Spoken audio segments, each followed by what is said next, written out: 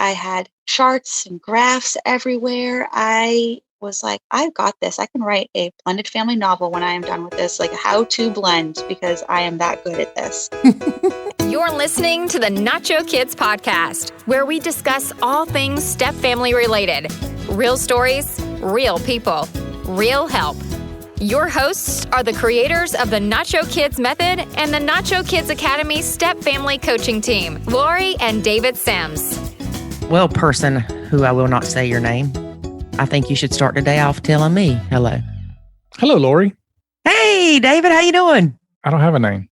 Oh, hey, no name. How you doing? You've called me many names. I know. Matter of fact, you called me one earlier. Back at you. So I have an announcement to make. Uh-oh. Okay. So we've had a number of people show their concern about the Facebook group honestly for a while in many different reasons and things like that. So we have launched something new to help those people who want to, shall we say, have a better experience communicating with other blended families. How's that? Sounds good. And so I want to announce officially that we have opened the Nacho Club. Dun, dun, dun, dun. Yep. So if you head on over to nachokids.com and you click on the club at the top in the menu, it'll tell you about it and give you the information. If you want to sign up, then go for it. And what we're doing is we're basically making it a replacement for social media. A lot of people are wanting to get away from the noise and distractions of social media. There's people that are getting dinged all the time because they're putting something in there that some algorithm says that they're putting hate speech and bullying and all this other stuff just because they say something like, "Ooh, boys are gross." Well, that's hate speech. So it's just getting a little out of hand, and it threatens the group being shut down. Right. And that was my other point too, is that we get messages from Facebook like, if this keeps happening in your group, we're going to shut the group down. And I'm like, oh my gosh. I mean, and then the funny thing is they will remove content and say it was against their community standards. Mm-hmm. And you go to view what the content was. Oh, we can't show you. So none of us know really what's taken down and why. Yeah. So it's just problematic, and it's getting worse and worse and worse. And I even got in trouble, y'all. That's bothered me too. And all I did was comment back to a lady. She said, "I feel like I'm a such and such." And I said, "Well, maybe you wouldn't feel like you're a such and such." And they didn't like that. Yeah. You were being a booty. I was being a bully. That's what it said.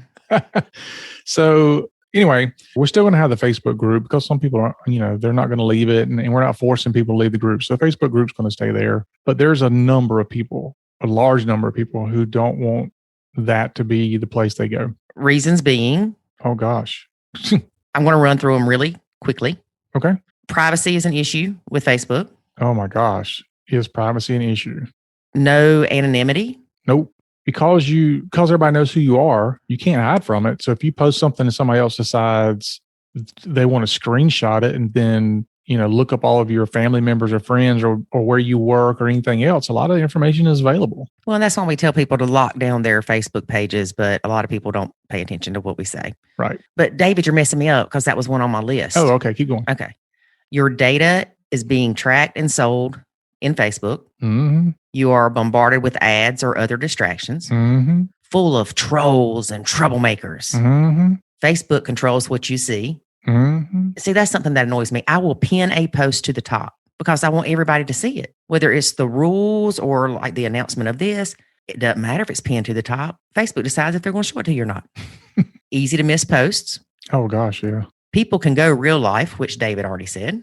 You have to follow the Facebook rules, which change often and without any guidance. Mm-hmm. Crappy search functionality. Yeah.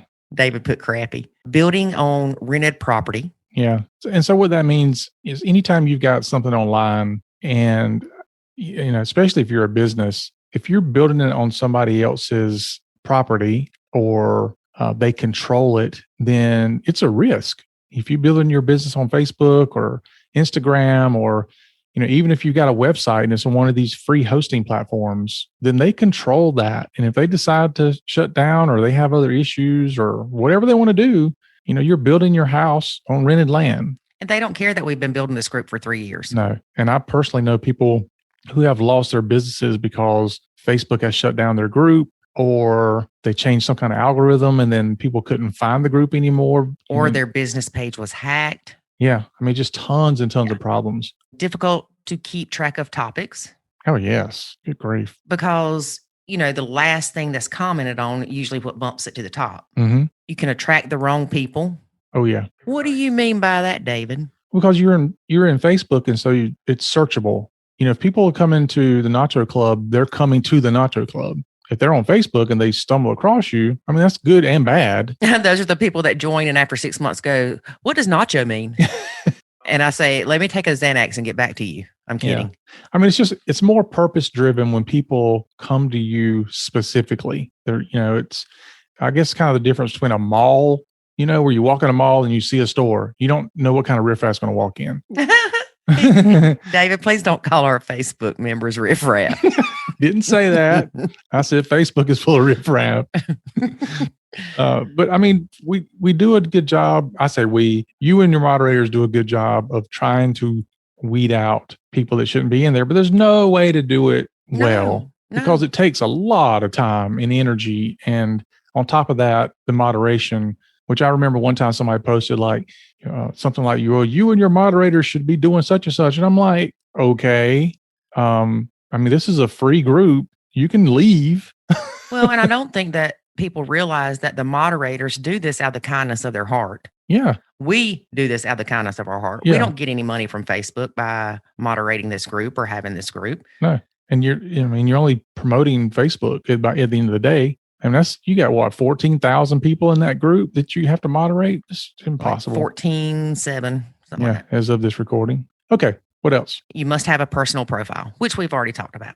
Yep. So needless to say, we talked about this a while back. I actually put a post in the Facebook group and it went crazy. If you go to such and such platform, we're leaving. Yeah. We are not. It went off the chain. Yeah. We're not leaving Facebook. We're not running to a different platform like some people were doing during the rush to leave Facebook because of political reasons and all that. It has nothing to do with any of that. Right. It has to do because Lori got dinged. I'm kidding. Well, it's just not a good platform for groups. In fact, Facebook actually hasn't that long really been focusing on growing the group's functionality. They are doing so now, though. I'm a member of some kind of leadership thing. And that's my point, is that it's, Facebook groups thing is not something that they've focused on, but they're realizing that it drives engagement and they get more people in there that they can track their information. Because trust me, Facebook is gathering everything you do and click on and look at, and all that information gets sold. Mm-hmm. I still think it's funny that you can talk about something, not look it up on your phone, not look it up on your computer, talk about it with your significant other or the neighbor, whatever. The next thing you know, you've got Facebook ads of that same thing. Mm-hmm. Well, that's probably because you got the Facebook app on your phone. Yes. That's a whole nother topic. Let's not go there, David. So anyway, you want to talk about the good things about the Nacho Club? The opposite of the bad stuff. Yeah, pretty much. So 100% privacy. Yeah. And when we say 100% privacy, we don't even know who you are. Yeah. Yeah. So if you sign up as Little Johnny, that's all we know is you, Little Johnny. That's right. Complete anonymity, no fear of negative consequences. Yeah, and what I mean by that is like what's happening in Facebook now, where people say something like boys are gross and they're getting dinged by Facebook saying it's hate speech. And put in Facebook jail for however long. Yeah. Your data is not collected, tracked, or sold. Nope. Distraction-free user experience. Yes. Purpose-driven community. Mm-hmm. Weed out the bad apples. That's right. Easy to see what you've missed. Yep. Ability to have clubs for specific interest or locations. All right. So I want to talk about this club thing. You scaring me, David. You jumped on that. I know, because this is awesome. Okay. All right. Before I dive into that, let me say something else. When I said it's easy to see what you missed, there's a function in the club where you click on I don't even remember what it's called. Unread content. Yeah, unread content. You click on unread content, it shows you exactly what you're not read yet. So there's no way to miss stuff. Okay, clubs.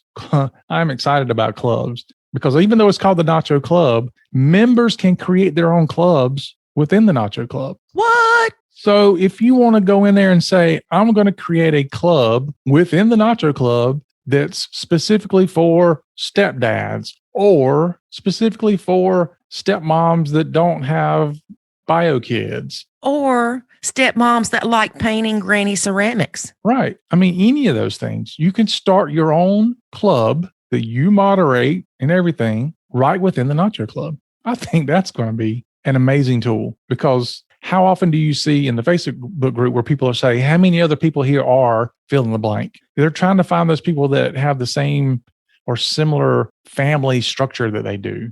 I mean, it could even be things like how many stepmoms are here from Australia. Right. So you can start a group, stepmoms from Australia, or a club. So anyway, I think that's going to be a big plus for people to do that. And you can do it by, whatever dynamic you want. If you want it to be people in a geographic area or whatever you want to do, it's completely open.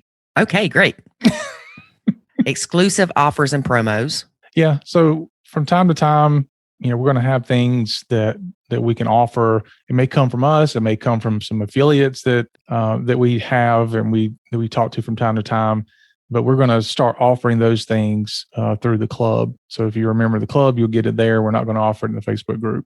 User reputation scores to ensure quality replies. Oh, okay. I like this one too. So have you ever been in a Facebook group and, somebody replies to something, you're like, well, that was not necessary, not helpful. They were being mean or whatever. There's nothing that really keeps people in check other than other people potentially fussing at them. Or breaking a Facebook rule. Yeah. But within the club, there's going to be reputation scores. And so when you get things like thumbs up and stuff like that, you get positive reputation scores. And then when you get thumbs down or whatever, then you'll get negative reputation scores. And so you will be able to see on people's profiles what their reputation score is, and you'll know whether or not there's somebody that's worthwhile listening to or not. But the other thing that's more important is I think it's going to be a good way for people to kind of keep themselves in check because hopefully they're not going to want to get negative reputation scores. And we'll probably have it set to where if you get a certain amount of negative reputation scores, it's probably going to cause us to have a conversation with you or remove you from the club because we really don't want toxic people in the club. We want it to be a supportive community of blended families. Okay. Advanced content controls to protect users. Yep. So we just have the ability to do things we can't do in Facebook group. All right, David, that's enough of that. I know. All right, let's get on to who we're interviewing. That took a long time. I thought this was going to be like a 2-minute thing, and then you went down this whole path of talking about it. Well, you wanted to talk about the good points. Okay. All right. Anyway, go to nachokids.com, click on the club. Or you can go directly to nachokids.com/the-nacho-club. Yeah, you can do it that way too. You have options, people. Yep. Okay. Okay. All right. Apologize for taking so long. All right. Well, quit talking about it. We'll go. Who we got? We've got some disclaimers with this podcast. Oh, goodness. First of all, there is a chirping noise during this recording. I believe her battery in one of her smoke detectors or carbon monoxide detectors is going off, but she couldn't hear it or didn't know where it was from. Okay. So I apologize. I removed every chirp that I could without it affecting the words she was saying. I know what it's coming from because we had the exact same smoke detector. But she says she couldn't hear it. Well, I know because remember ours beeped for so long. It's because the batteries are going low and it beeped for months. And initially it would aggravate us. And after a while, we're like, we don't hear that anymore. Well, it never fails. Ours die in the middle of the night though. Yeah. You go to sleep and you hear beep, chirp. Yeah, it was a chirp. Chirp. It was coming from upstairs. Like we couldn't figure out where it was coming from. Yeah, which one? Okay, so I apologize for that. Hopefully it won't annoy you since I brought it to your attention. This is a very sensitive podcast. It discusses inappropriate sexual behavior between a bio kid and a stepkid. Mm. So that's my disclaimer. Okay. And since we took so long to talk about the Nacho Club, I'm not going to go any further into detail about what we talk about. All right. Just have to listen. Yeah. All right. I apologize for taking so much of your time. Stop apologizing. You're taking more time. All right. Okay, here we go. You ready? Finally. Okay. Let's listen to the interview. There is a way to save your sanity and your relationship, and it's called the Nacho Kids Academy. In the Nacho Kids Academy, you will learn the skills and knowledge to properly nacho, techniques to handle step-family challenges, ways to improve your communication, and much, much more. Visit NachoKidsAcademy.com and sign up today to join other step parents who are seeing the life-changing benefits of nachoing. Again, that's NachoKidsAcademy.com. Today we have stepmom Jane. Hey, Jane, how are you? I'm good, thank you. How are you, Lori? Doing well. So, Jane, how long have you been blending and how many stepkids and bio kids do you have? Well, me and my husband have been married for 3 years, and we've been blending for almost 5. I have 3 bio kids, a 15-year-old son, a 13-year-old son, and a 12-year-old daughter. And I have 3 stepchildren, a 14-year-old stepdaughter, a 12-year-old stepson, and a 9-year-old stepson. So 6 altogether, and all 6 live with us full time. You have 4 boys and 2 girls. 4 boys and 2 girls, yes. So not quite the Brady Bunch, but almost there. Yeah, and they're all very close in age, too. Yes, they are. It goes mine, his, mine, his, mine, his. So I have a 15-year-old, well, he just turned 16. 16-year-old, he has a 14-year-old. I have a 13-year-old, he has a 12-year-old. I have a 12-year-old, he has a 9-year-old. So we have 2 that are the same age and the same grade at the same school. So that's super fun too. Oh, yeah, definitely. It sounds like a lot of fun. Oh, yeah. Well, you and I were talking before we started recording about how when you and your ex-husband split up, you felt like you were a high conflict bio mom. Oh, absolutely. Without a doubt.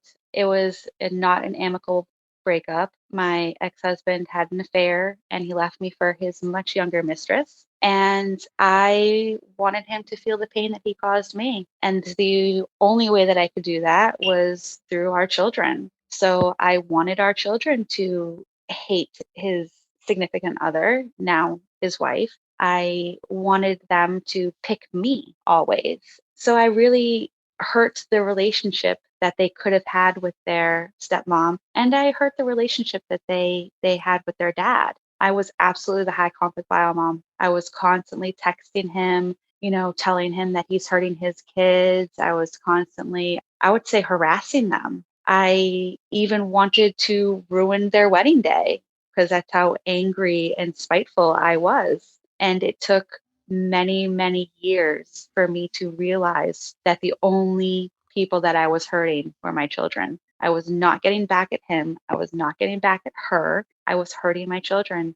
And they actually have been together and married for over 10 years, and she is expecting their 3rd child. And I want them to have a relationship with their siblings, and I want them to have a relationship with their stepmom. And I'm worried that I damaged that for my older boys. My youngest daughter, she has a relationship with stepmom, but my two boys, they kind of don't, and that's absolutely 100% my fault. Well, it's so hard to look back on things, and it's so easy to blame ourselves. Oh, absolutely. Even if you would have not been a high conflict bio mom, they still might not would have had a relationship with her. That's true, but I did not help. Right. Yeah. I made it something ugly, Mm-hmm. I really did. Mm-hmm. And now dealing with a high conflict bio mom in my 2nd marriage, I'm like, oh man, I am got to apologize to that poor stepmom, because I made her life hell, and now I'm going through the same thing. Well, not the same thing, but you know what I mean. Right. It gives me a whole new perspective. Yeah, but your kids were really young. Yes. My daughter was 6 months old when my ex-husband left me, and he didn't see them for 2 years. He followed his significant other. I'm going to try not to call her the mistress, but he followed her to college, and he didn't see his kids for 2 years. It was really hard for me. Wow. And hard for them. Oh, definitely. So he missed out on all of our daughter's first, her first word, her first steps, her first everything. And he missed out on so many things for our sons that they still remember. My oldest son still remembers how many birthdays his dad forgot about and how many Christmases he forgot about. And I remember my daughter getting dressed up in her fanciest dress and waiting for her dad to pick her up, and he wouldn't come. That is heartbreaking. It is. And I feel like if maybe I hadn't have been so high conflict, maybe he wouldn't have been so afraid to come around. Maybe I caused some of that. And I just wish for any moms out there to realize that when you're high conflict, it's just hurting your children. Right. It's the only people that it hurts is your children. I think that I was a high conflict bio mom. And a lot of that was because my son was so little. He was a baby. And I wanted to make sure he was taken care of, and I didn't trust his dad to do so. I understand. I was worried too. I would number the diapers. I don't know. I would put little tiny numbers on the diapers when I would give him our kids just to see how many times he changed her. Girl, I didn't even think about that. That's genius. Yeah, I was pretty bad. I was pretty bad. So. I wasn't that bad. I was pretty bad, and I didn't do it because I was worried that my daughter wouldn't be taken care of. I did it because if I saw that there was a number, he didn't use enough diapers, and I had something to say to him negative. Oh. And it was all just because I was so hurt that I wanted to always hurt him too. Right. I was very high conflict, and I wish I knew then what I know now. Yeah. Oh, don't we all? Oh, yeah. Yeah, I think more of my high conflictness came from, like I said, he was just a baby, and he was my first baby, and I was just concerned about him and wanted to make sure that he was eating enough. And if you gave him any Tylenol, I need to know, kind of thing. But too often we see where the hurt or the hate towards the ex overrides the love for our children. Yes, absolutely. 100%. It does. There was a point that I feel like I did hate him more than I loved them. And that is never okay. No, it's not. And you can't take it back. That happened, and it caused lasting trauma to my children. And I'm fortunate enough that, my faith guided me. I went and spoke with my priest, and he pointed out to me that I was not helping my children. I was, pushing myself away from my faith, away from my relationship with Christ. And because I'm pushing myself away, I'm also pushing my children away from a relationship with Christ. And he's like, you need to focus on yourself. You need to focus on your children. You need to focus on your faith. And so I took his advice, and I did. And that's why I stayed single for 7.5 years. After my ex-husband left me, I stayed single for 7.5 years and focused solely on my children and myself, put myself through college, worked on my relationship with my kids, worked on my relationship with Christ, worked on my relationship with myself before I started dating at all. Well, you needed that. You needed to heal. I did. I was very hurt. I was in a very dark place for many years. I was terrified to get hurt like that again. If you wouldn't have taken that break, you would have carried that baggage straight into your next relationship. Absolutely. And because I took that break, I feel like I healed enough to allow someone to love me again.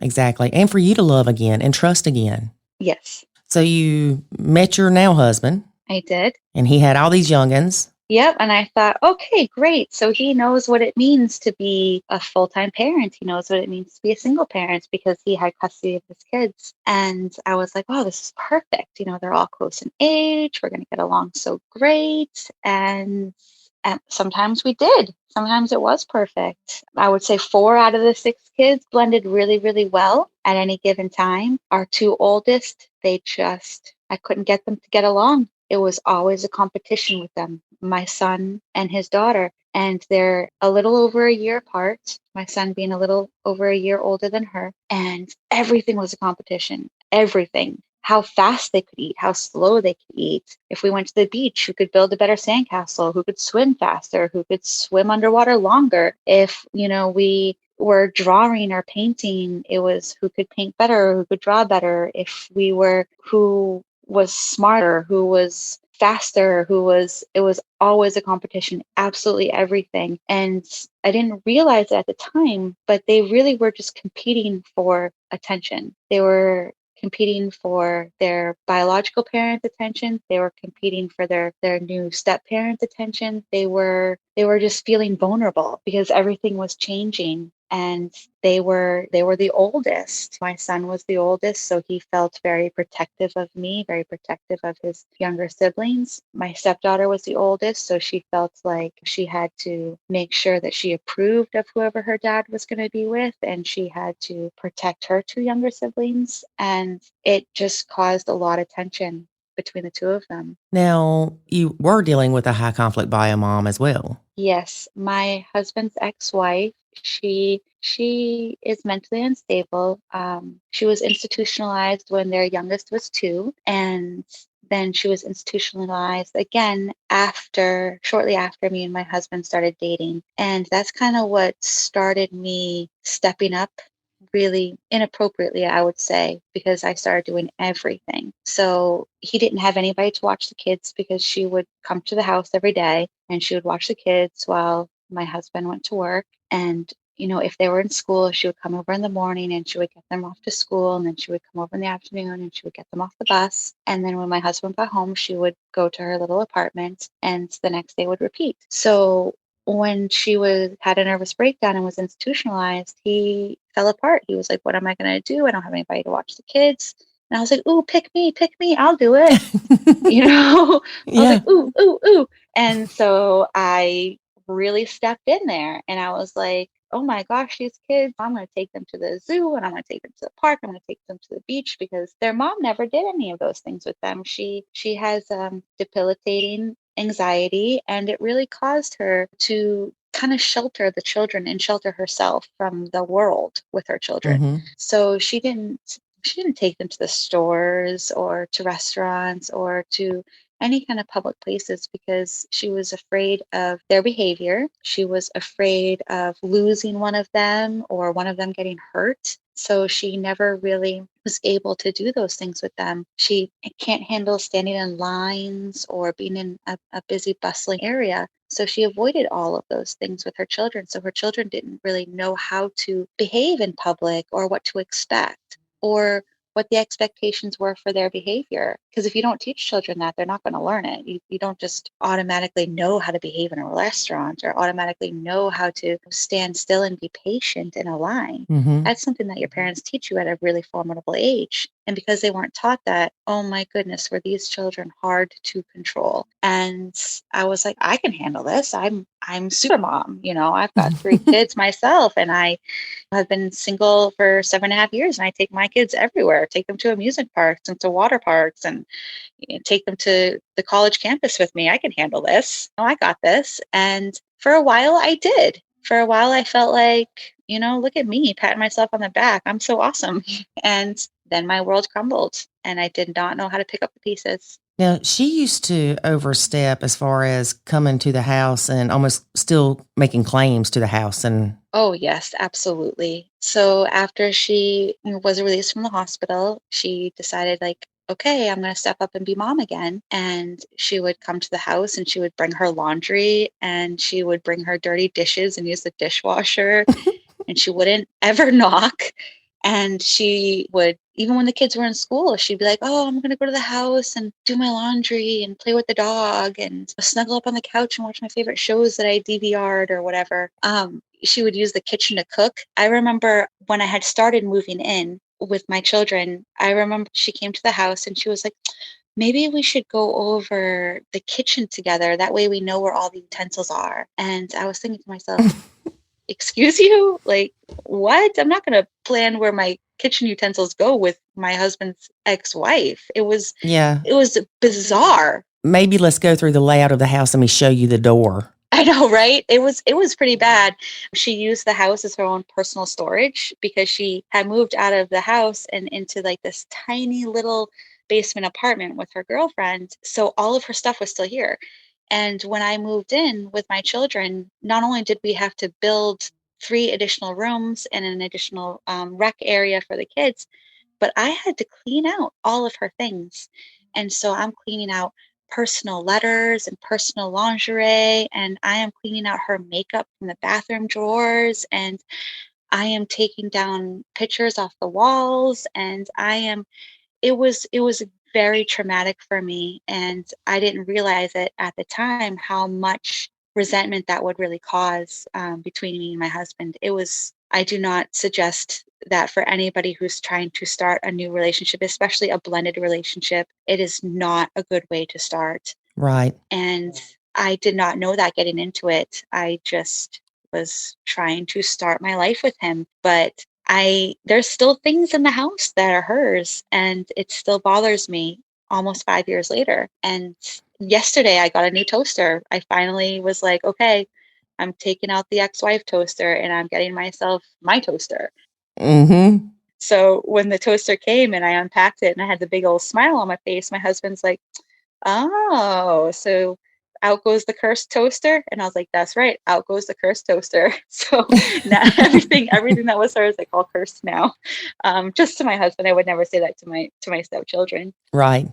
It's been a journey. It's been very, very tough. And she had written me a letter that, and I'm sure it comes from a place of her mental illness, but she wrote me a letter that literally gave me permission to be with her husband and gave me permission to be in the house. That was nice of her. Wasn't it, though? Yeah. I remember reading that letter and just thinking, what have I gotten myself into? What did I do? Who did I fall in love with here? Because she's an extension of him. He can't get rid of her. That's the mother of his children. She's always going to be here. So yay me. Yeah, it's just to the extent that you're comfortable of her being there is the question. Yes. And I'm very, very happy that last summer, my husband finally told her, you are not welcome in this house anymore. And so now when she picks up the kids, a couple days a week, she pulls up and she honks, and she does not come into the house anymore. So she didn't get a lot of pushback with that? No. Good. Yep. That's really good. It's new now, and I know that she doesn't like it. She calls it a form of abuse on my part, that she's not allowed to come into the home that her children live in. She says that I'm abusive and controlling, and that I am brainwashing my husband and her children. So, and I'm trying to nacho that as much as I can. I think that nachoing the bio mom is almost as important, or in my case, more important than nachoing my stepchildren. Yes, because she is toxic. She is very toxic. And my husband knows that almost more than me. Whenever his phone dings, I'm worried that it's her. And not just worried that it's her, but worried that she's saying something negative about me or about my children. Because she is. She's nasty when it comes to me and my children. Mm-hmm. But we also know that you thinking that when your husband's phone dings and it's a message from her, we also know that that is her having too much control over you. Yes, I am trying to learn that. And I am trying to listen to my husband more when he says, you don't need to worry about it. Because at first it was like, yes, I do. I need to know what she's saying about me. I need to know right now. What is she saying about me? What is she saying about my kids? Thinking that knowing would help me, but knowing did not help me. It only took my joy and took my peace, and it was not good for me. Well, and we know a lot of times we see this in the academy, we see this in the Facebook groups where the stepmom is like, he's not standing up to her for me. She'll say something bad about me and he doesn't even stand up for me. Well, here's the thing about that. They know their ex better than you do. They know that most of the time, if she knows it's bothering you, she's going to keep doing it. Right. And they also know that it's just not worth the fight sometimes. They're not letting what she says about you influence them. They read it and it's like, well, that's a bunch of crap. But if you read it, it's going to hurt you. And you'll hold on to that because, let's face it, nobody wants somebody else talking crap about them. Correct. But like you said, what good did it do, or does it do, for you to know those things? Is it because you feel like if you know, then something's not being kept from you? I think more for me, I was worried that he would start believing the things that she said too, because I don't have very high self-worth. That's something else that I'm working on right now. And so I was always afraid that he was going to just start believing all these things that she was saying about me. And I was afraid that I would have another loss, that I would have to suffer losing a husband all over again, and that he wouldn't pick me.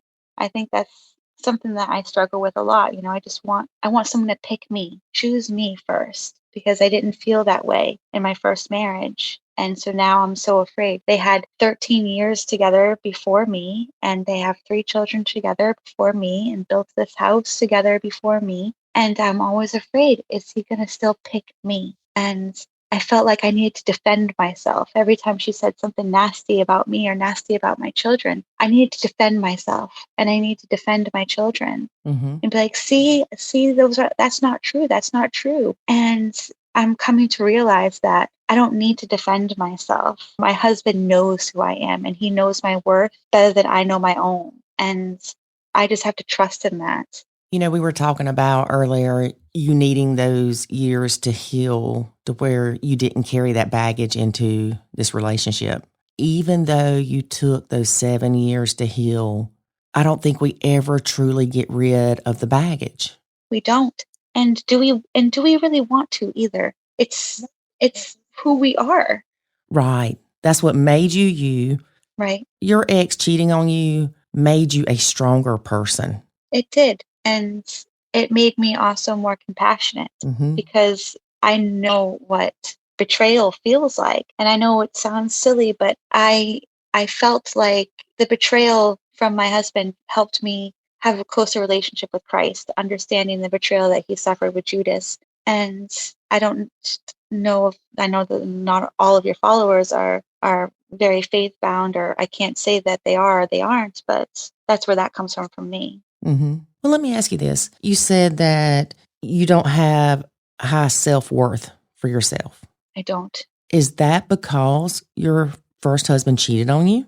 I think so. I think that's partly it. And it's partly just who I am too. I always see value in everybody else around me, but I never really look at myself. Do you remember being that way before you were married to him, or before you even knew him as a child? Did you always tend to see value in others, but just felt like you fell behind? I think so. I think it kind of comes with being a middle child a little bit. I always felt a little bit invisible. And I also just always wanted to, I guess my mother tells me I'm too humble for my own good. And that's why I was so drawn to my faith. And I never wanted to, I don't know, really stand out, I guess. And that's why when I met my husband and he needed help with his kids, I was like, now is my time to shine. I can strap on my supermom cape, and for once I can be the hero.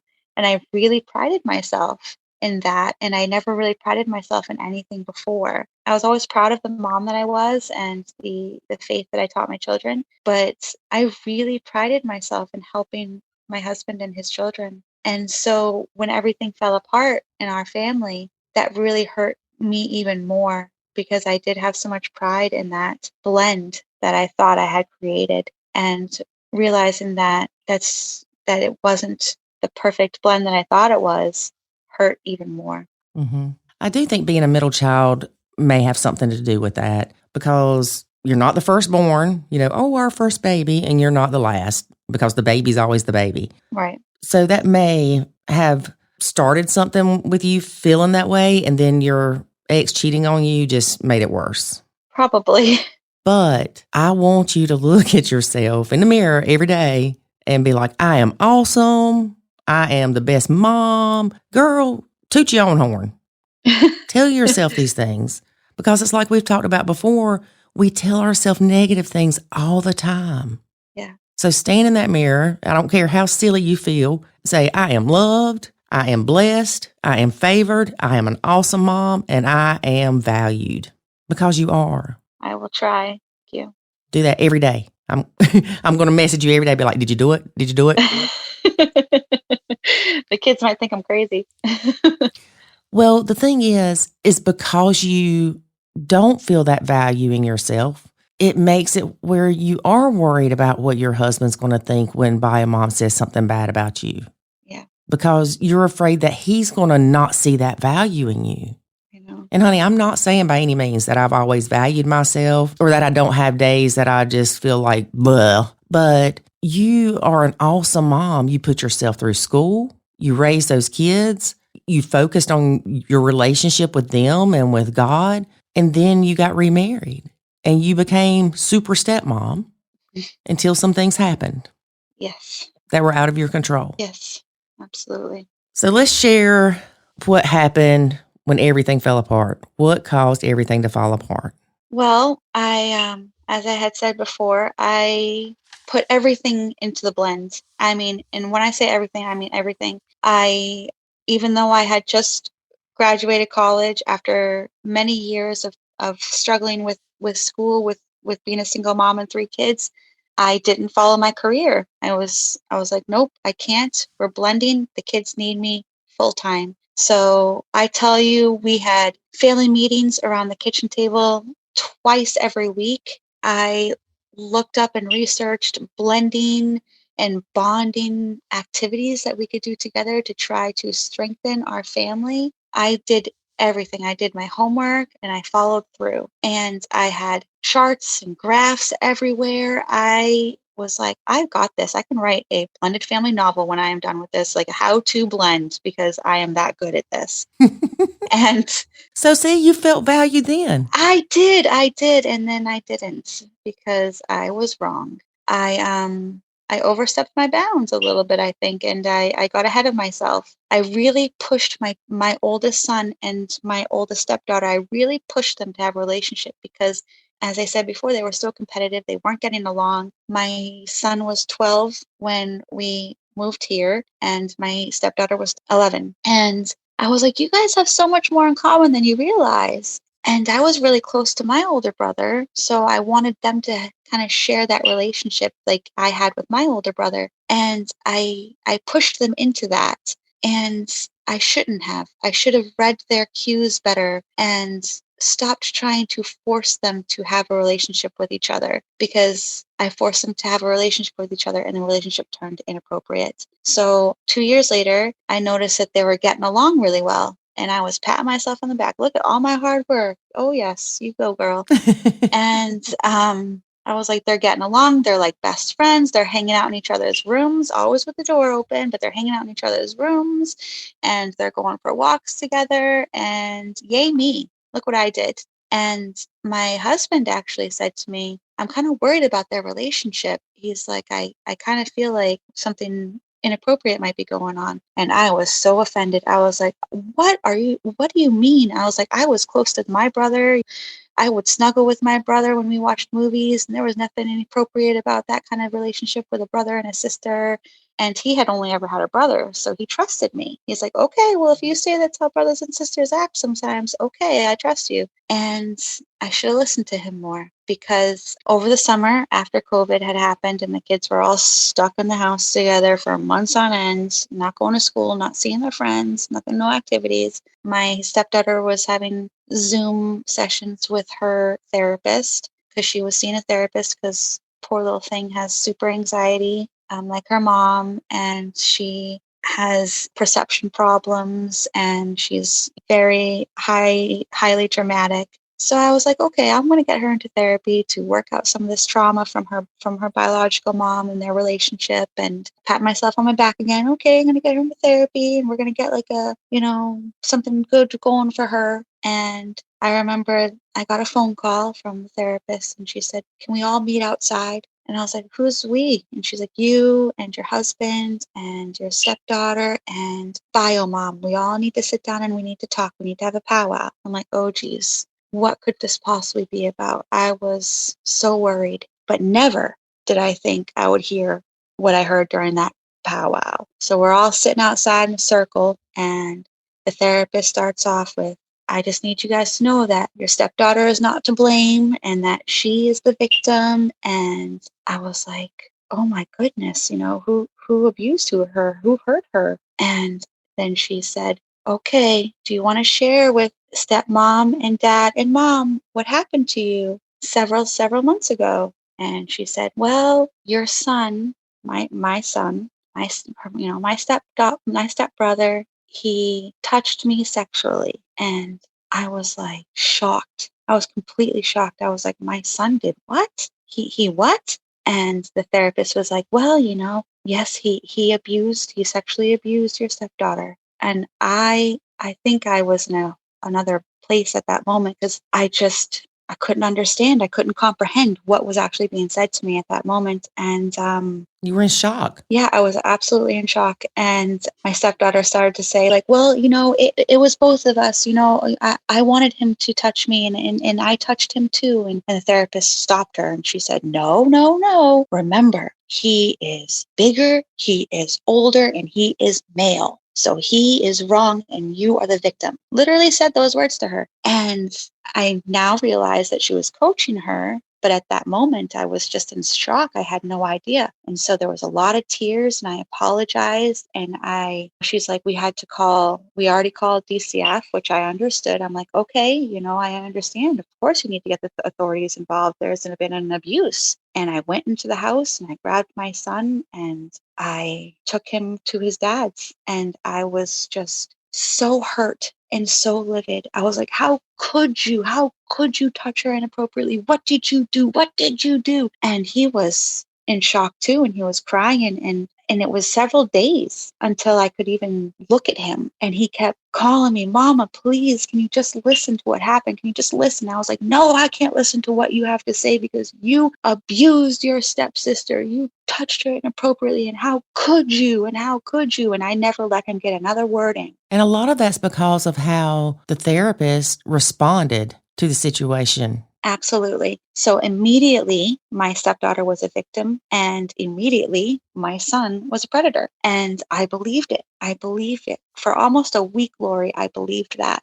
And finally, I called my son and I said, you're going to therapy and I want you to write a journal right now. You need to get out a journal and you need to write down what happened right now. And he's like, okay, Mom, okay. And I picked him up for his first therapy appointment and it was like probably 5 days after the powwow. And I was like, let me see the journal. And I read the journal and I just cried because I never listened to my son, never listened to him. For 4 days, I didn't listen to him and he was trying so hard to tell me. And it turns out that he didn't sexually abuse her, that the behavior, although he did initiate the first touch, she had initiated the flirtatious behavior, and that flirtatious behavior led to the touch, which was inappropriate. Mm-hmm. Absolutely. And I make him take full accountability for that. And he understands choices have serious consequences, but he did not sexually abuse her. He did not pin her down. He did not make her do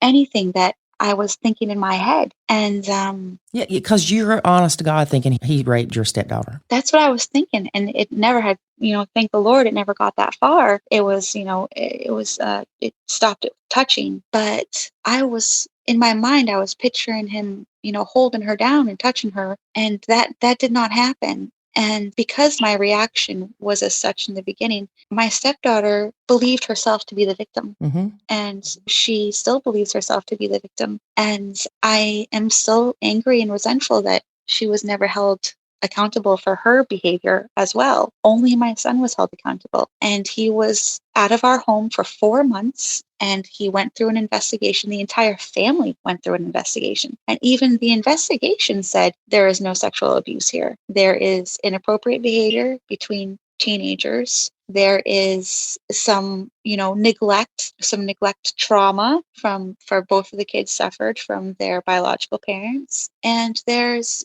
some questionable things there. There's 6 kids. There's only 1 adult at the house most of the time, which is me. And there's not enough support for that 1 adult. So I put in cameras and monitors and when he was able to come home. And still, my stepdaughter still believes that she is a victim. And when he came home, the night that he came home, she said to me, do I get a condolence cake?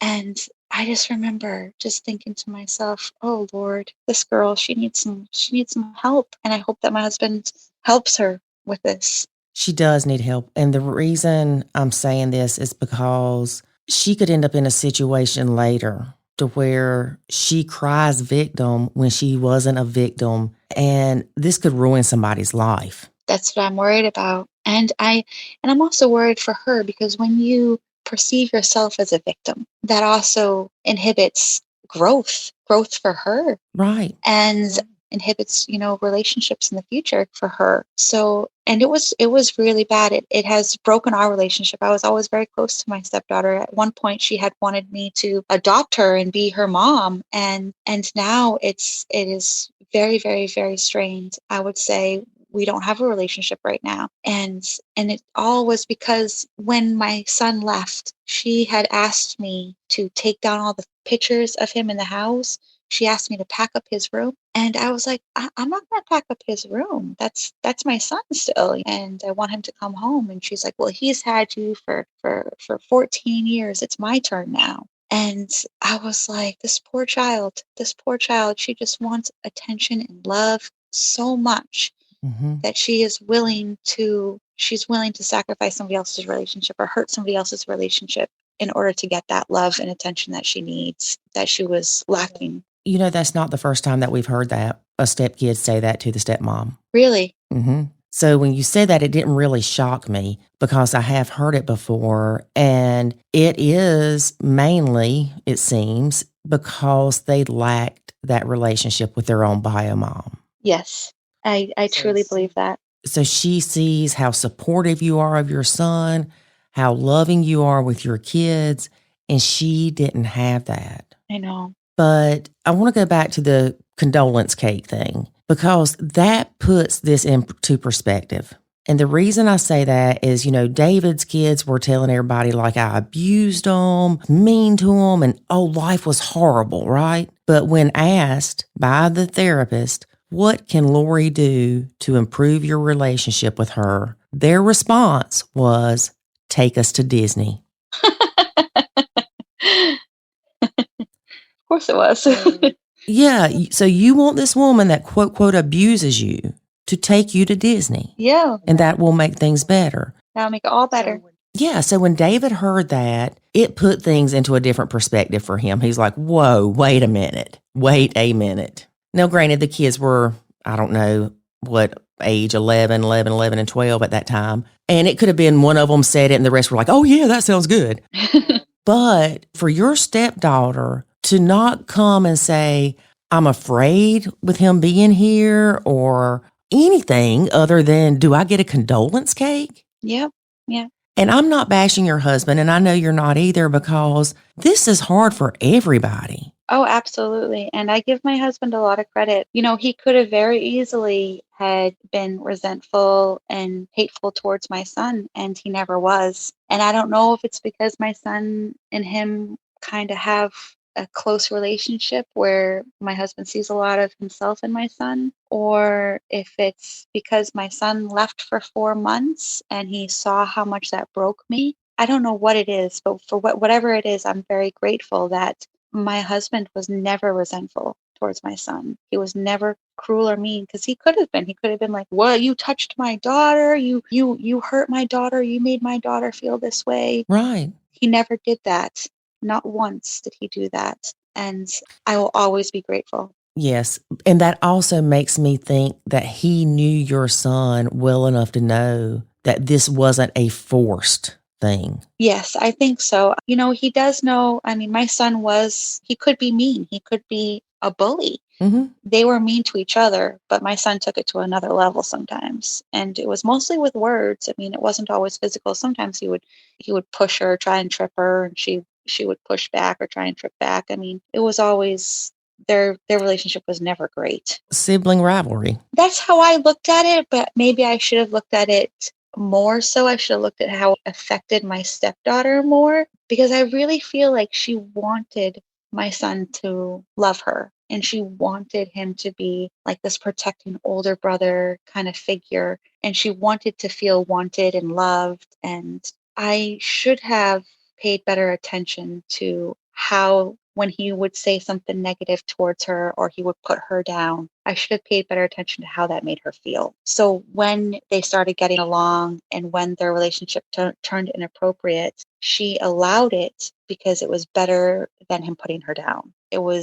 She wanted to be close to somebody. She wanted somebody to accept her, somebody to love her. And that wasn't the right way. And that could carry into relationships for her in the future. That's what I'm worried about. Yeah, to where she thinks that when she goes out with a guy and they become boyfriend, girlfriend, that she needs to have sex with them or do sexual things to get them to love her. And I hope that this situation has made her feel a little bit more empowered. In a good way. In a good way. A little bit more empowered to be able to say, yes, I want that, or no, I don't want that. Because I don't really know how everything started, how the inappropriate behavior between my son and my stepdaughter really started. I don't know if she had felt like she could say no to him. Mm-hmm.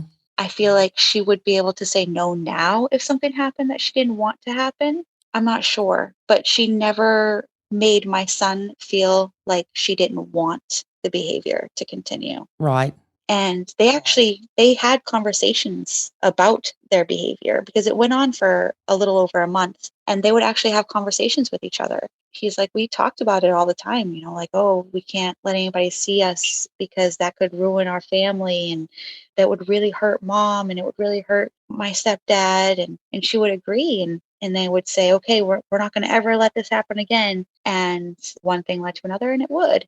So to me, that doesn't say abuse. When you're able to have a conversation with somebody about the behavior, that's not abusive. That's more mutual than abusive. Right. So they had conversations about their behavior, and my son, he's the one who stopped the behavior. He's like, finally, I just felt ashamed. He's like, I knew that you were going to find us, because I went downstairs to get them for dinner, and I saw them both sitting on the bed and their hands were touching. And I was like, what's going on? And he's like, oh, her hands are really cold. And I was like, okay. I was like, stepdaughter, go upstairs. It's time for dinner. And I remember closing the door, and I asked my son, I said, is there something going on that I need to know about? And he's like, no, Mom, no, nothing at all. And that's when the behavior stopped, because he was so afraid of getting caught. And she was not very happy that the behavior stopped. She was upset that it had stopped. And that's what he had shared with me. And that's what he had shared with therapists and the investigators, that she kept pushing for it to continue. And she would continue the flirtatious behavior. And a lot of people noticed it. And I wish that I had, because maybe this wouldn't have happened if I had noticed it. But at one point, we were having a barbecue, and my sister came up to me and she said, I think your stepdaughter has a crush on your son. And I was like, oh, no, they're just acting more like siblings now. And that was after they had stopped the behavior, that she was still trying to flirt with him, still trying to engage with him. And he kept pushing her away. And I had even said to him, I said, you need to be nicer to your stepsister. You really need to be nice to her. I was, again, pushing a relationship before they were ready to have one. Mm-hmm. And that's probably my biggest regret in my blend, is trying to force bonds before that they were ready to be made. Right. Now, so the behavior had stopped, Mm-hmm. but stepdaughter was still being flirty because she wasn't happy that the behavior had stopped. Correct. What made this come out in the open? They had gotten into an argument the night before she had a Zoom call with her therapist. So she was venting to her therapist, oh, stepbrother did this, and then he did this, and he's so mean. And she kind of prodded a little bit. Has anything ever inappropriate happened between you two? Has he ever hurt you in any way? And she's like, well, now that you mention it, he did. Mm-hmm. And that's how she shared what happened between the two of them. And I remember my son had said to me, he's like, I wish that I had told first. He's like, I wish that I had told first. He's like, because I wouldn't have had to leave for 4 months.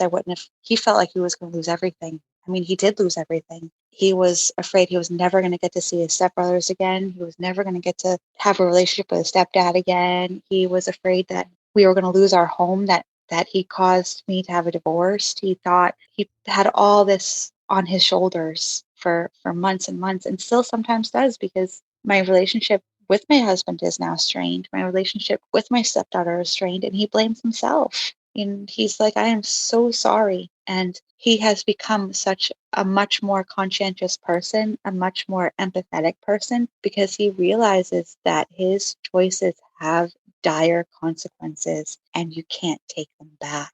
Right. Now, I know that your husband was awesome with not being mean to your son afterwards or not treating him really differently, but your son also owned up to the fact of it. He did. He took full accountability for his behavior. Absolutely 100%. Do you feel like if stepdaughter did take accountability for her actions, you would be able to let this, I don't want to say let it go, but heal from it and begin to rebuild your relationship with her easier? I think so. I think it would be a lot easier because I know what she thinks, and knowing what she thinks upsets me and it triggers me. And whenever she rolls her eyes at if my son makes a comment to somebody else, whenever she sighs or rolls her eyes or says something nasty about my son to one of his siblings, it triggers me to have those feelings all over again. And she has done that in the past, more so than recently. She would try to taint my son's siblings against him. Like, she would try to taint their relationship. Mm-hmm. And it was really hard to watch. And I had to tell my husband, you have to set some serious boundaries and let her know that they will be consequences if she talks negatively about my son. And if my son talks negatively about her, there will be consequences. So I wrote up a contract and I had both of the kids sign it, and me and my husband sign it, that has boundaries and set consequences for those boundaries if they're breached. Mm-hmm. So you brought up something that made me think of something else. When you were hurt by your relationship ending with your ex, you reacted in a hurt fashion. Hurt people hurt people. Yes. So stepdaughter may still be hurt by your son ending things. She may well be. Yes. I can't say one way or another because I'm not her, but that's a possibility. I know that she wants to feel connected with people. She really, I would say she really craves physical attention. Mm-hmm. And I think it's because when she was little, her parents weren't very physically emotional with her. They didn't hug her or kiss her or touch her in a loving way. So she really didn't get that stimulus that I think little children need. They need to be hugged. They need to be loved. They need to be touched by their parents. Even just sitting next to them on the couch or putting your hand on their arm when you walk by them, it lets them know that they're connected to you and that you love them and that you're here for them. And she didn't really get that. And my husband sees that, and he has been trying so much harder to have a physical relationship with his daughter and with his sons now too. He hugs them more than I've ever seen him hug them before. And he tries to hug his daughter several times a day. And I hope that will help kind of repair some of that trauma that she has suffered as a child. Right. And one other thing you mentioned was with your ex, you didn't want your kids to like the new wife or the girlfriend. Yeah, I did not. Your stepdaughter's doing the same thing. She's looking for alliances. Yes. And not liking your son. Absolutely. Because it makes us feel better when we have people that support us, even in the Facebook groups. If you have somebody validate your inappropriate behavior, it makes you think it's okay. Yes. And I feel like she's upset with me because she feels like I chose my son and I chose my son's side over hers. And that's not what I was trying to do. I was trying to be there for both of the kids and be there for both of them emotionally. I could not give her what she had wanted. Yeah. She wanted you to get rid of your son. Yeah. I could not give her that. Right. And so she's upset with me for that. And I understand. She's hurt that she feels betrayed. But I could not abandon my son. And I did tell her that at one point. I had told her, I love you. I cherish you. I love our relationship. I was like, but I will not abandon my son. That is my son. And she's like, well, are you going to let him come home? Are you going to let him come home? Or are you going to move out? And I remember, thinking like, we are not there yet. We cannot cross a bridge until we approach that bridge. And she just wanted me to give her an answer so badly. And she kept hounding me. Well, what are you going to do? Are you going to let him come back here? Are you Are you gonna leave? Are you gonna? And I remember my heart feeling so sad for this girl, but at the same time, I was just so upset. I was so hurt because I knew in my heart that my son did not abuse her, but the way she talked about him, she talked like he did physically force her. And I remember when I really looked into what Nacho was, because I had joined blended family support groups because of everything that I was going through. And I remember reading up on, like, people would be like, oh, you need to Nacho. I'm like, Nacho? Like, what is that? And then people would be like, oh, not your kid, not your problem. I was like, oh my gosh, never. I could never think that way. These are all my kids and I'm super mom and super stepmom. And oh no, not my kid, not my problem. Oh no, I could never think that. And oh boy, did I change my thinking real fast when I took her to her pediatrician, took her to an appointment to talk about going on an anxiety medicine. Because her anxiety, this poor thing, she would have panic attacks constantly, this poor thing. So I remember taking her to go on some anxiety medicine. And this was when my son was not living with me. And the doctor's like, well, have you been under a lot of stress? And she's like, oh, yes. And she's like, well, can you talk to me about that? And she looked at me and I nodded, yes, we're not going to hide things from the pediatrician. We don't hide things from anybody. We're truthful people. Mm-hmm. And she's like, well, my stepbrother got rapey with me. And she used that word, rapey. And the pediatrician was like, what? And I was like, well, can you define rapey? And I was like, did he ever take off his clothes? Oh, no. He always had his, clothes on. Some, well, did he force you to take off your clothes? And she's like, oh, no. He never forced me, Well, did he hold you down? Oh, no, he didn't hold me. I was like, did he penetrate you? She's like, no, gross, ew, never. I was like, well, did he ask you to touch him? And she's like, oh, no, gross, oh, never. I'm like, well, why would you use the word rapey? And she's like, well, you weren't there. You don't know anything. He got rapey with me. That therapist. Mm-hmm. And so that's at that moment, I knew, okay, I need to look better into Nacho. Mm-hmm.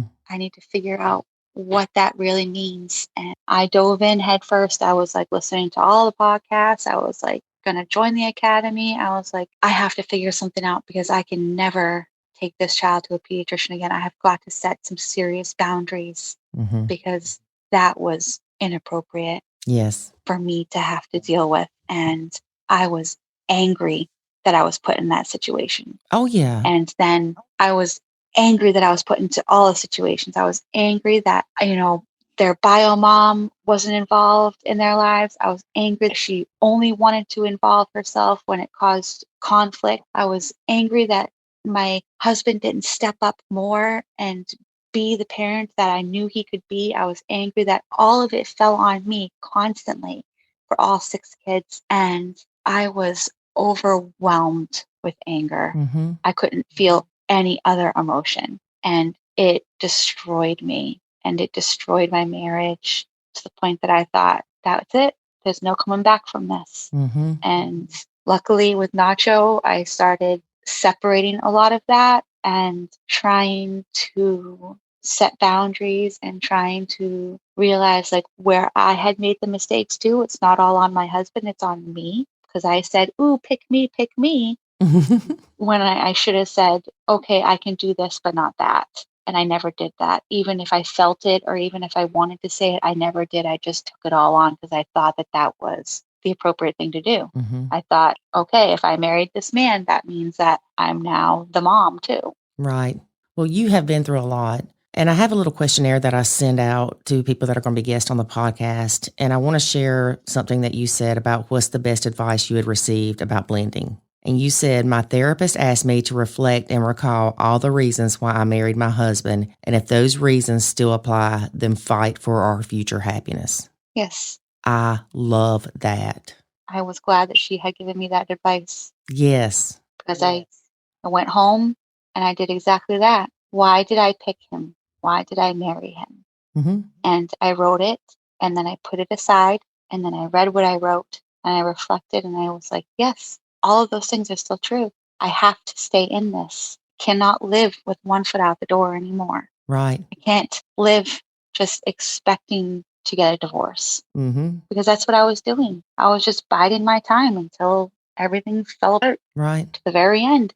And I don't want it to fall apart. And how long ago did this happen, or that you found out about it? So last June. Okay, so you're still within a year that this happened. Yes.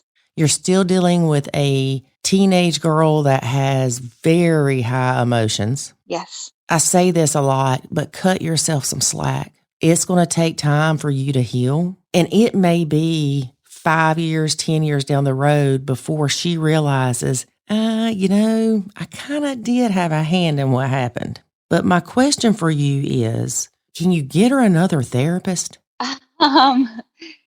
I've talked to my husband a lot about that. And even the investigators, the DCF investigators were like, this therapist needs to be replaced. She even had, when they decided to close the case, she had called me personally and said, I'm going to close the case, but I want to let you know that I think it's going to be reopened because there's so much resentment, not just from your stepdaughter, but from the therapist as well. And I was like, oh my gosh, that is so inappropriate on so many levels. Like, this is not professional at all. And I have told my husband this many times, but it's not up to me. And that's what I had to realize through Nacho.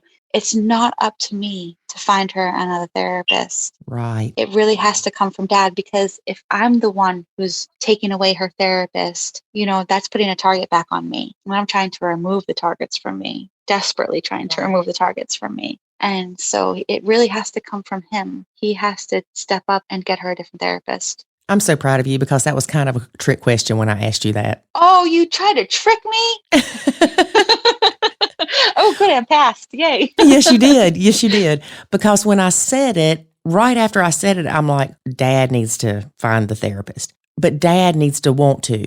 And Dad has to have that initiative. Yes. And you're right. It's out of your hands. It is. And he sees how much his daughter has been hurting. And he has so much guilt. I mean, GPS is a real thing. And he feels so sorry that he wasn't there to protect her when she was little, and that he didn't know to hug her and to kiss her when she was little, and that he didn't know that all of that would cause lasting trauma and he couldn't take it back. And so because he's just so flooded with all of that guilt, I think that kind of inhibits him from being the parent that he really wants to be. He's trying. Yeah, and I'm proud of him for trying. And it's hard, especially if he's not done this his entire life, and then all of a sudden it's, I need to give my kids a hug. Yeah. It's not natural. He's having to think about it. Yes. But I don't know if you listened to our Month of Men, but we had 2 guys on there that talked about the importance of hugs. Yes, I did. I love those podcasts. Yes. And I never thought about it, but I do make a point to hug my son every day and tell him I love him probably 100 times a day. Yeah. But I don't remember my mom being that way. And my dad's not really a huggy person. So I don't know if I'm trying to break the barrier with them or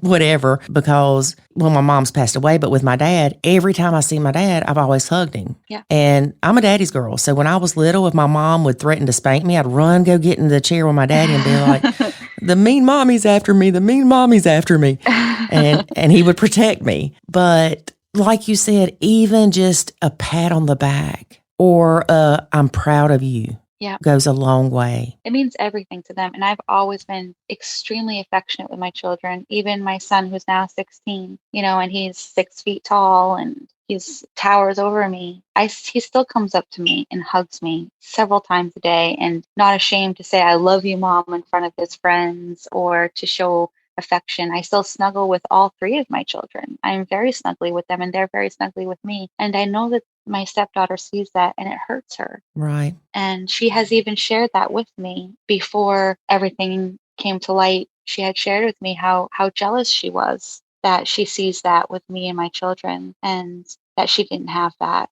And that's hard. It is hard. And I really do feel like that is what really initiated this behavior between her and my son. I feel like with my son, it was more like he was a 14-year-old boy and he was curious, and there was a girl letting him touch her. Mm-hmm. And it was purely like, ooh, 14-year-old boy thoughts. But for her, it was different. For her, it was, she needed to feel that connection. And I try to remember that whenever I start feeling that resentment again, or I get triggered to feel that again. I try to remember that for her, it comes from this broken place. And she's just a little girl. Right. And her responses are being influenced by this therapist. Yes, it's called coaching. Yes. And it's real, and it really is very, very traumatizing, and it's out there. If you look it up, coaching from therapists, and I try to be very careful to never inject feelings into my kids and to let their feelings come out naturally, because I'm so afraid that I'm going to place a feeling into them that's not necessarily there and can cause real harm for them. Like when they come home from their dads, I don't immediately go like, oh, did you have fun with your dad? Did he spend time with you this time? Mm-hmm. Never say that, because then they automatically have to feel like they have to come up with a response, Right. that might not be genuine for them. So I try to be very vague and go, oh, I'm so happy that you're home. Right. How was your time with dad? And I'd always try to leave it open-ended for them to share with me. And my stepdaughter's therapist is coaching her, and she's injecting all of these feelings that might not be genuine. Right. And it's very detrimental and has caused lasting trauma, because when you feel like you're a victim and you identify as a victim, You'll always be one. yes, Well, I really hope your husband sounds awesome. So I really hope he is. that he tries to find her a different therapist, not only because how this therapist is coaching her, but your daughter needs to be told and to understand that her value, now I'm kind of talking to you too here, girl, is above what she's feeling. And her value is not based on some little boy giving her physical attention. Yes. And something else I want to say to you, because I know we need to wrap up, is you were talking about hugging your kids and cuddling with your kids and things like that. Yes. Girl, look at that value. They wouldn't be piled up on the couch with somebody that had no value. I know. You are valued. I try to remember that sometimes, but it's a hard one for me. Well, we're going to talk more, and we're going to make you some sticky notes, and you're going to put them in your house. Because you know what else I'm thinking? My affirmation stickers. Yes. What else I'm thinking is that little girl needs the same thing. She does. And I want that for her. Yes, you can help her with that. That can be your bond. I want to so badly. I want to be able to move past this and try to establish some of the relationship that we had in the beginning, because it was great. She's so awesome. She loves to read, and she's so smart, and she's so artistic, and I want to see that in her again. I don't want to just see this person who tried to hurt the relationship that I had with my son and hurt the relationship that I had with my husband, because it was coming from a place of hurt too for her. Right. And I tried to put that into perspective, and I'm always kind to her, and I'm always respectful. And whenever she says something to me, I'm always, very receptive. I'm always like, oh, sure, I'd love to see what you're working on, and absolutely show me. I try to always be receptive of everything that she wants to share with me. Well, allow yourself time to heal. Allow yourself time to grieve for the relationship that you do feel like you've lost with her, but don't give up hope on the relationship you can still have with her. Because I truly feel that if she can get to a therapist that will not help her play victim. And I'm not saying the therapist needs to say, this was your fault, little girl, because that's not what the case is. No. Yeah. But if she could get to a different therapist that's not pumping this crap in her head, then she could evolve more to where she wouldn't look at you the same with all this. Yeah, it does. It makes me sad to know that she probably sees me as someone who didn't pick her. And that just adds to that hurt for her, someone else that didn't pick her. And that's not true. No, it's not. And you're going to be able to have this conversation with her later. I hope so. Not right now, because she's still, honey, 14, you couldn't have told me anything. Yeah. It may be 5 years from now when she's in a relationship with somebody, or it may be 10 years from now when she has a kid of her own. But you're going to be able to have even a better bond with her, I truly believe, because of y'all going through this. I hope so. I really do. I know that's what I want, and I know it's what my husband wants, and I just, it hurts him. It hurts him to see a struggle so much in our relationship. And I can't even imagine if that were him and my son, how I would feel if he felt that rift with my son that he feels like I have with his daughter. But the difference is you're hurting, but you're not hateful to her. I'm not. When she walks in the room, you're not like, ugh, or you're not cooking supper for everybody but her. Oh, no, I would never. Right. You're not treating her really differently. You're trying to overcome something that happened. I am. You got this, girl. I hope so. Thank you. Well, thank you so much for being a guest. And I do want to make a note that I'd like to have you back on maybe this time next year to see how things have progressed, because I know that things are going to get better. I have no doubt. I would like that. Well, thank you again, and you have a great day. You too, Lori. I hope that the chirping wasn't too distracting. I'm not sure what to do about the chirping. It'll be fine. You'll find it in about an hour. You'll be like, what? I know I hear that noise now. I know. I'm going to be searching the house for it now. I'm going to be like, all right. When my husband gets home, I'm like, there was chirping in the podcast. Thank you, Lori. All right. Thank you. Bye-bye. Bye.